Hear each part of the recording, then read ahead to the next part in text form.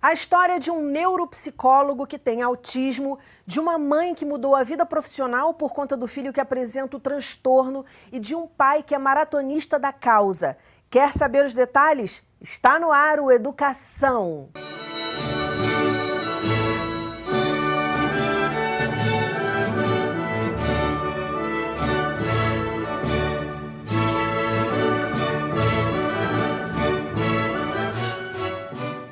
Meus convidados são o psicólogo especialista em psicologia hospitalar, saúde mental e neuropsicologia, com capacitação em neurociência da educação, que entre milhares de características tem autismo, Roberto Mendes.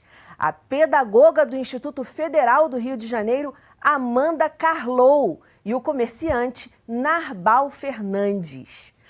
Muito bem-vindos ao programa. Obrigado. Roberto, eu vou começar com você. O fato de você ser uma pessoa com autismo influenciou na sua escolha profissional? Sim, indiretamente, porque eu só descobri o autismo, na verdade, já atuando na área da psicologia. Eu tinha anteriormente o diagnóstico de esquizofrenia. E aí, e aí eu fui justamente estudar a psicologia devido a isso, porque eu já lia muito. Então, quando alguém falou assim, esse menino deve ser esquizofrênico, aí eu comecei a usar medicações, ser atendido dessa forma, e aí eu não entendia. Então, comecei a ler, eu entrava nas livrarias, pegava, comprava o livro, começava a ler, reler. Casei, tive um surto, e aí nesse surto uma colega de trabalho começou a falar assim, não, tem uma coisa errada, você não pode ser esquizofrênico. Aí ela começou a fazer um tratamento. A esquizofrenia foi em criança? Não, o diagnóstico de esquizofrenia veio na adolescência, na verdade. Quando criança eu fui diagnosticado com depressão e ansiedade. Eu era uma criança depressiva. Mas olha só para eu entender um pouquinho, e aí eu posso te fazer essa pergunta porque você é um especialista. A esquizofrenia não é quando a pessoa tem algum tipo de alucinação ou auditiva ou visual, tem, né, visões, não é isso? Ou eu estou completamente errada? Não, é uma das características. Porque o esquizofrênico ele também tem o distúrbio com a realidade, ele quebra a realidade dele, né? Você vê os delirantes, que é aquela pessoa que começa a dizer, mas tem pessoas que estão falando sobre mim, as pessoas estão dizendo isso, começa a se sentir perseguido, mas quando há alucinação, ele vai ver, vai ouvir, vai entender errado, inclusive até o odor das coisas mudam. Então, mas o meu fato é que eles não entenderam essa questão que é muito do autismo, né? Aquela questão cognitiva, de um raciocínio que vai se quebrando e formando outro, das associações meio sem sentido que o autista, quando ele verbaliza, ele não consegue pôr ordem. Então, tanto que o autismo antigamente era considerado esquizofrenia infantil. Antes de ter essa terminologia autismo, toda criança diagnosticada era diagnosticada como esquizofrenia infantil. Ou se explicava, não, seu filho tem autismo, mas o que é autismo? É uma esquizofrenia na infância. E hoje, totalmente diferente. Então, devido a essa minha angústia de entender o que era uma esquizofrenia, eu fui estudando, acabei me formando em psicologia. Quer dizer, tem esse ponto aí em comum, vamos dizer, essa interseção de um sintoma que pode parecer uma esquizofrenia. Isso. Por conta do raciocínio não ser muito linear. É isso que você está dizendo? Exatamente. E há casos, né, não são poucos, na verdade são muitos, em que o autista ele fica aficionado, obsessivo por um assunto e roda tanto sobre aquele assunto que parece que ele já está delirando, né? Um dos meus maiores delírios, por assim dizer, são super-heróis. Até hoje eu sou um fã assíduo de contar a história toda do herói como se eu estivesse vivendo junto com ele. Mas você vê crianças que, por exemplo, gostam de... Né, eu tenho um paciente dentro da minha clínica que ele adora trem. Então tudo é trem.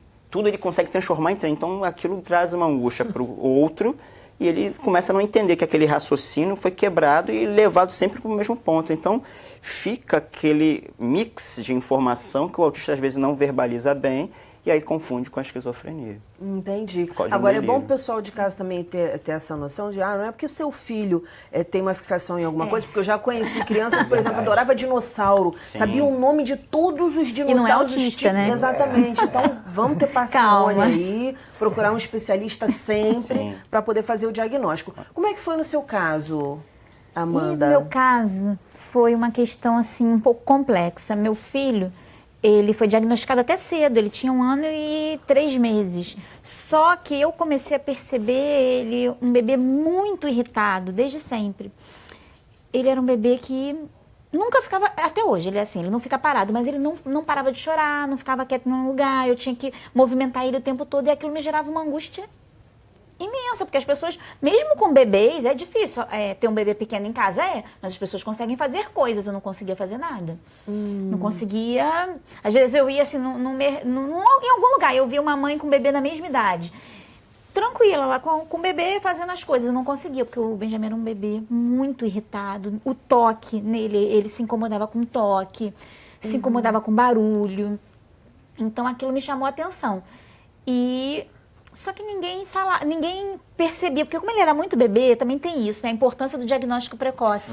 Sim. Né? Porque todo mundo fica, nossa, como o Benjamin melhorou, mas ele teve a intervenção desde cedo. Porque eu comecei a perceber e fui atrás. Mesmo muitas pessoas acharam que eu estava louca, que eu estava sendo influenciada, na verdade, pelo meu trabalho, porque eu sempre trabalhei com as questões de educação inclusiva, eu sou especialista na área de educação especial. Então, você tá muito impressionada, porque você só vive isso. Só que não era. Realmente, eu estava percebendo coisas que eu via em outras crianças também. E aí eu comecei a buscar. Como ele atrasou muitas coisas, ele atrasou fala, atrasou andar, sustentar a cabeça. Então, por conta desses atrasos é que os profissionais deram atenção. Mas tem autista que não tem atraso nenhum. E aí demora muito o diagnóstico. O meu caso foi assim, pois não tive atraso nenhum. Até a minha avó materna comentou, você atrasou só um pouquinho para falar, mas não é um atraso que assim há um grande impacto. Mas quando tem esse impacto, a neurociência a gente fala exatamente, na neuropsicologia, quando a mãe fala, meu filho não está desenvolvendo bem, escute a mãe, porque ela percebe, ainda mais que ela faz essas comparações, é fundamental. Eu falava com todas as pessoas. Eu cheguei a ter depressão, assim, né, muito séria, porque eu via os problemas, ninguém queria me ouvir. Se sentia incompreendida, por se sentir só, solitária. E parecia, na verdade, que eu estava rejeitando a criança.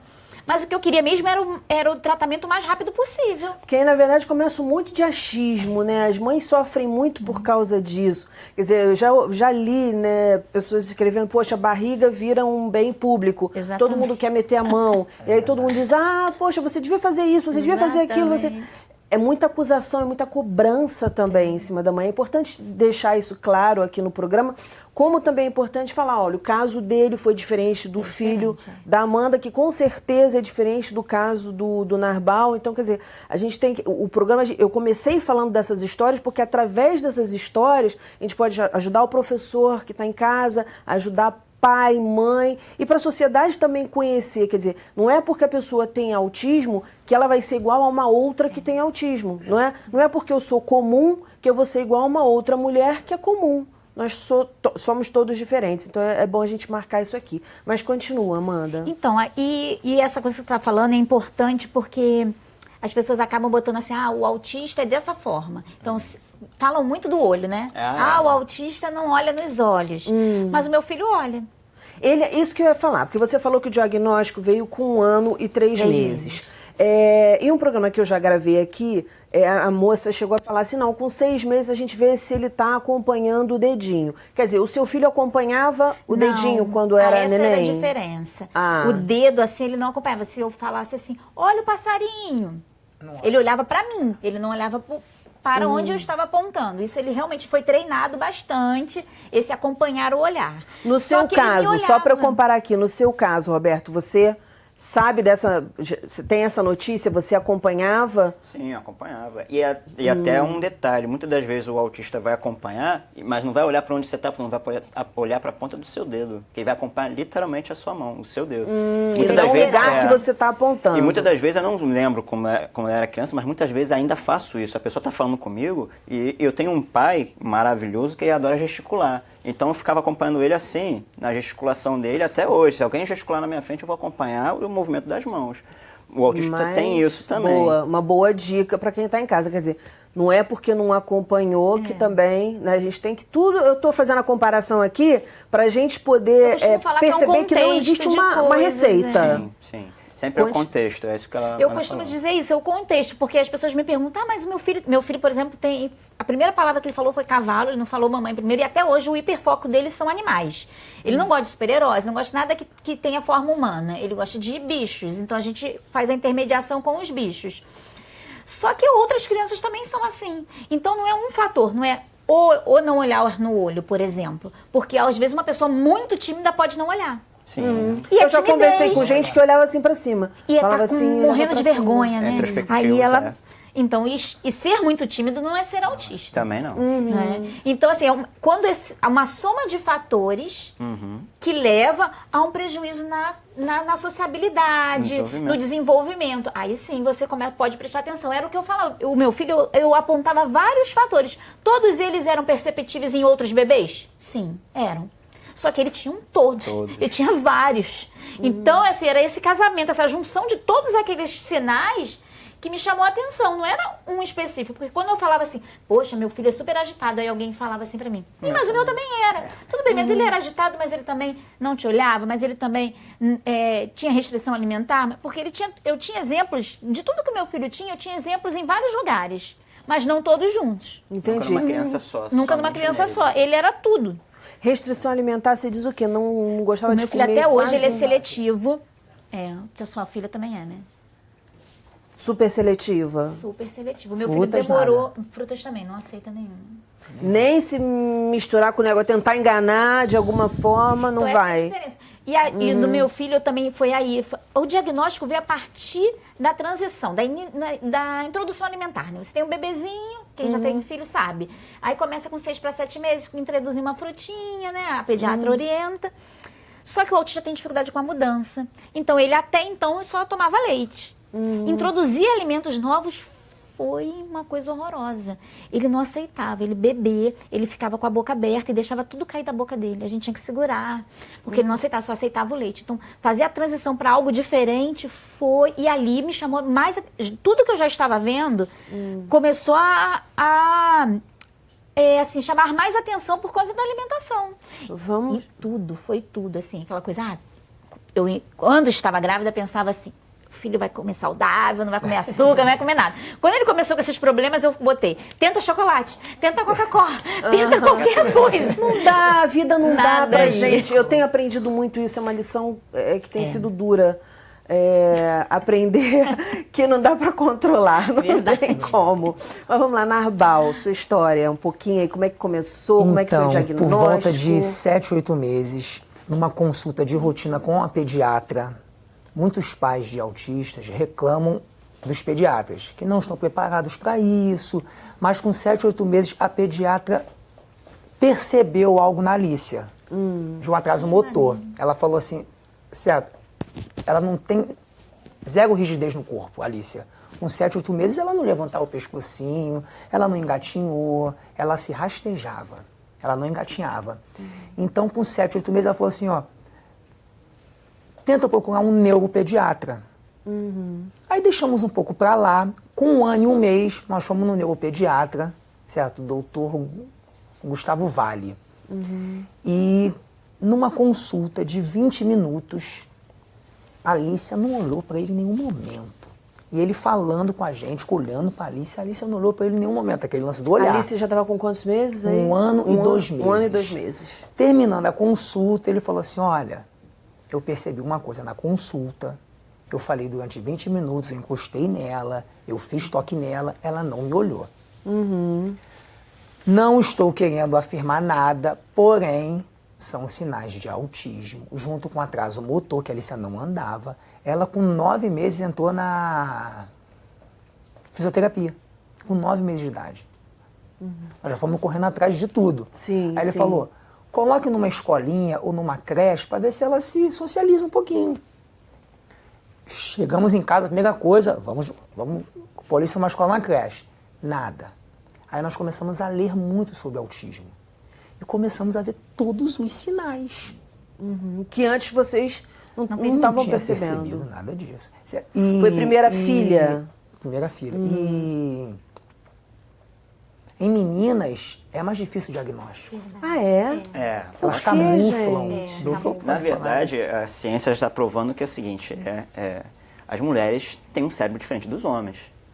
E quase que instintivamente, por assim dizer, vocês têm uma dinâmica social diferenciada.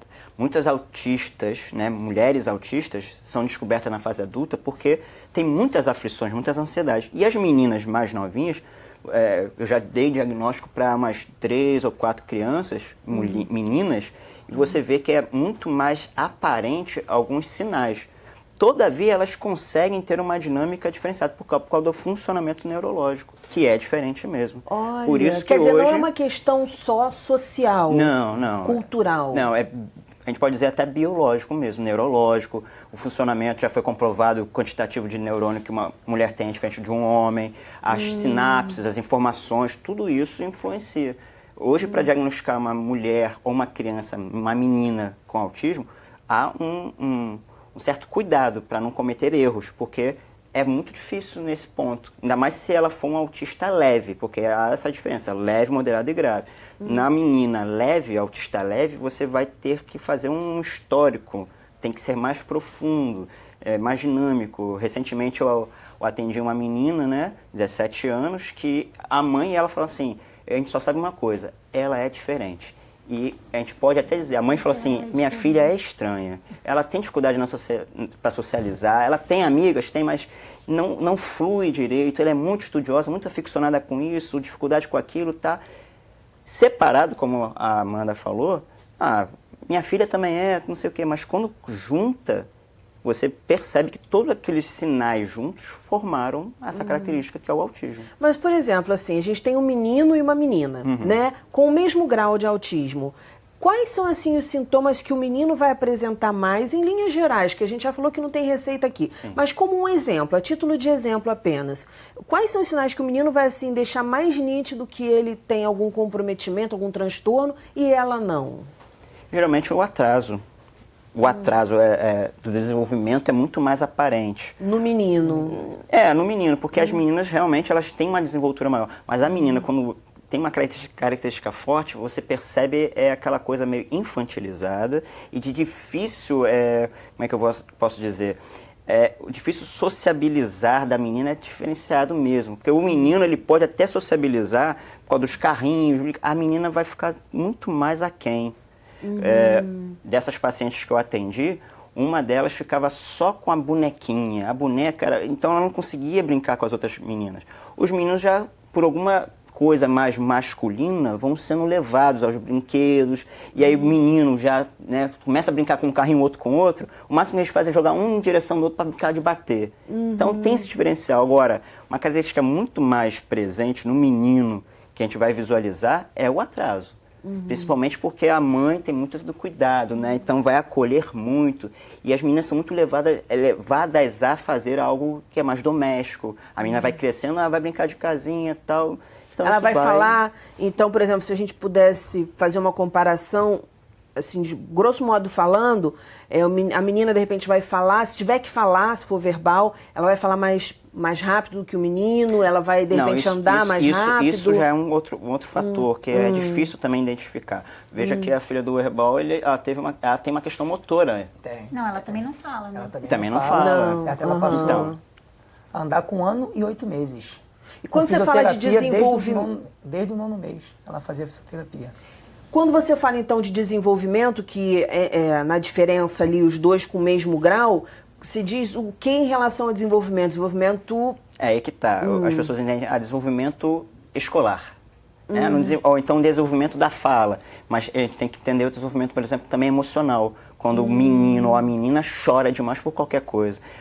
É muito comum. A gente aceita a menina chorar pra caramba. E o menino, às vezes, sofre mais preconceito se ele é chorando. Então, a questão emocional também é um fator a ser observado. Que desenvolvimento emocional aquela criança está adquirindo?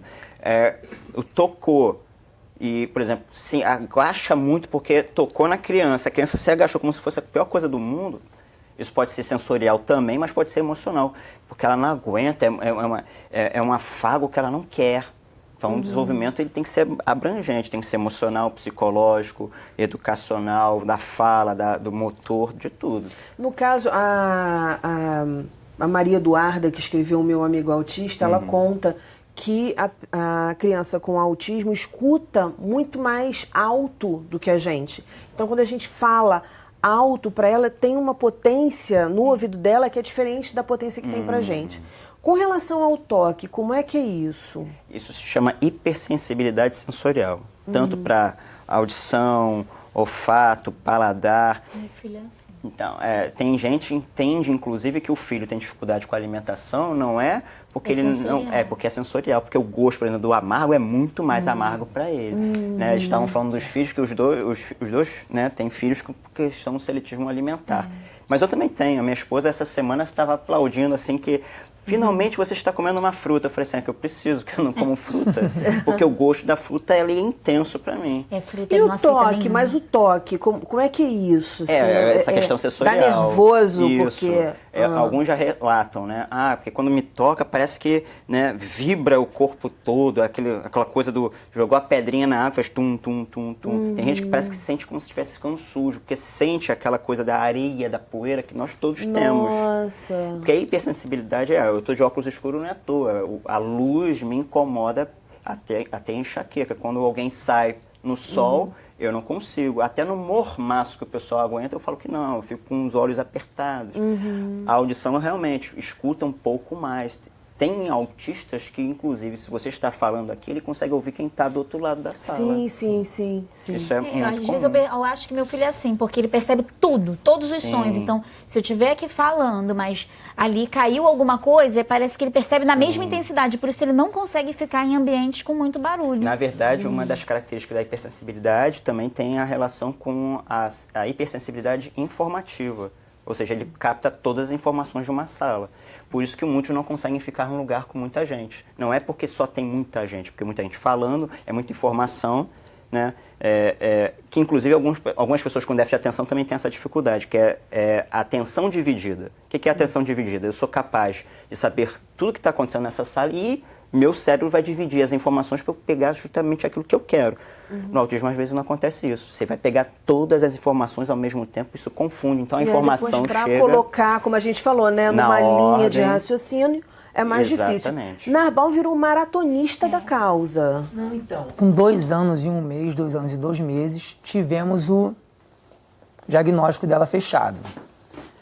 Não foi tão susto, porque nós já estávamos preparados, lendo muito sobre, e o preconceito na família foi imenso. E via que esse preconceito seria pior fora de casa. Eu sempre corri, sempre pratiquei esporte, falei, eu preciso fazer algo para chamar a atenção e conscientizar sobre o autismo. Certo? Eu não queria ensinar sobre, eu queria conscientizar sobre o autismo. Falei, o que eu faço? Correr 10 quilômetros, não vou chamar nenhuma atenção. Correr uma maratona, também não vou chamar nenhuma atenção. Vou correr uma ultramaratona. O que é isso? Vou correr de Muriqui, na Costa Verde, até em casa, em Mesquita, 80 quilômetros. Nossa. Sozinho. Aí eu falei, tomara que o dia 2 de abril de 2017 caia num domingo. Fui olhar o calendário num domingo. Falei, pronto, tá feito. Aí no dia 2 de abril, eu saí de Muriqui às 4h30 da manhã, certo? Com 2 carros me apoiando, e corri de Muriqui até Mesquita com a bandeira do autismo, parando em pontos na Rio Santos, em várias rodovias, falando hoje é o dia 2 de abril, hoje é o Dia Mundial da Conscientização do Autismo, tem que se conscientizar, leia sobre, dando papelzinho, e levei 9 horas nesse percurso. Você já corria? Você já tinha o hábito de correr? Eu já corria desde 2011, mas nunca tinha passado de somente 42 quilômetros.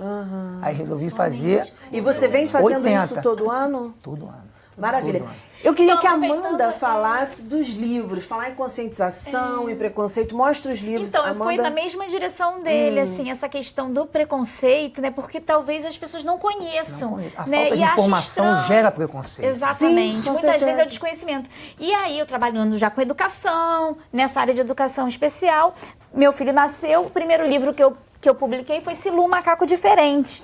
E ele tem uma questão diferente dos outros macacos que gostam de se pendurar em árvore, ele não gosta. Ele gosta de água e ele gosta de nadar. Macaco é um bicho que não nada, mas o Silu é um macaco que sabe nadar e as crianças adoram isso. E o meu filho é assim, meu filho é fissurado em água também. Hoje ele já até controla, mas ele já teve uma época que ele abaixava até para beber a água do cachorro, por exemplo. E as pessoas não entendiam, porque assim, quando ele gosta muito. Quando ele não gosta nada. Então a história do Silu veio também aí, pra gente falar, olha, ele é diferente, mas qual o problema, né? Somos todos diferentes. E aí e as crianças adoram, as crianças na escola entendem tão rápido, que às vezes você conversando com um adulto, você fala, mas você conta a história, a criança já entendeu. Fica claro. Ela entende. O pessoal do Meu Amigo Autista, tanto o pai do João, né, que inspirou, o João inspirou a história, eles dizem isso, né? A autora diz isso, a mãe também diz isso, que quando a criança entende, fica tudo claro, fica tudo muito tranquilo. O adulto é que faz o bicho de 7 cabeças também porque não entende. E o que é interessante a gente dizer é que somos todos diferentes, mas nós temos coisas em comum. Bastante. Né? Você mesmo falou, poxa, o meu filho tem características e tinha características mais novo que outras crianças também tinham, só que ele reunia todas essas características. Isso. Então, e aí esse livro foi um super livro... sucesso, né, nas escolas, com as crianças, falando do autismo. E aí eu fiz o 2, o Sumiço de Silu, que eu lancei agora esse ano, na Cidade das Artes. E aí a gente traz um novo personagem, que é a Pepita, né? Na verdade, é uma gatinha, porque ali eu tô falando das diferenças individuais, e aqui a gente já traz a família. No segundo livro a gente traz a família. E no próximo, que já vai ser lançado, o terceiro, que é a Gata Macaca, e aí a gente vai falar da escola propriamente dita. E eu quero passar agora nesse finalzinho de programa pro Roberto, porque assim, a gente tem visto, infelizmente, muitos casos de violência na sociedade e nas escolas. Isso assusta demais. E eu queria que você, do teu lugar de fala, Roberto, você deixasse aí uma mensagem para as pessoas em relação a essa questão do preconceito, né, que a gente não tolera o que é diferente. E eu queria muito que você, desse teu lugar, você deixasse uma mensagem para a gente. A melhor coisa, quando eu falo sobre ser diferente, né, as pessoas falam assim, deficiência. Deficiência é dificuldade de. Quando eu falo assim, a pessoa tem deficiência, vamos resumir o que é deficiência? Dificuldade de interpretar, de entender o mundo, de entender o que você está fazendo, de fazer algo. Então a melhor coisa para que não haja esse nível monstro que nós temos de preconceito é a compreensão. E a compreensão vem pela informação. Eu me informo, eu procuro ouvir. Eu digo o seguinte, quer saber sobre o autista? Converse com o autista. Seja com uma criança ou um adulto, eles vão saber falar. Mas você também tem que ter uma coisa que é fundamental, um bom senso de parar para ouvir. Porque muitas pessoas estão querendo ouvir, mas não estão ouvindo. Estão fingindo que estão ouvindo. Então, a compreensão vem pela informação, e a informação vem dos familiares, pais. Pais conscientes como esses dois, tem um monte. Poucos são ouvidos. Então, os que são ouvidos têm que ser realmente ouvidos. Não é simplesmente, eu vi um programa com 2 pessoas muito interessantes. Acabou por ali? Não, vai se informar. Até porque deficiência ou diferença, vamos usar a palavra diferença, você vai encontrar em todo lugar. Você entra no ônibus, tem alguém diferente ali. Como é que você vai entender aquilo? Compreendendo. Mas para isso tem que se informar. Isso aí, tem que se aprofundar, tem que se aproximar, tem que se envolver. Gente, eu agradeço muito a presença de vocês aqui no programa. Parabéns pelo trabalho e sucesso na vida sempre. Obrigado. O nosso programa fica por aqui. Na segunda-feira que vem tem mais às 9h da noite. Educação, se você não se envolver, não rola. Dias felizes, paz do eu e até lá.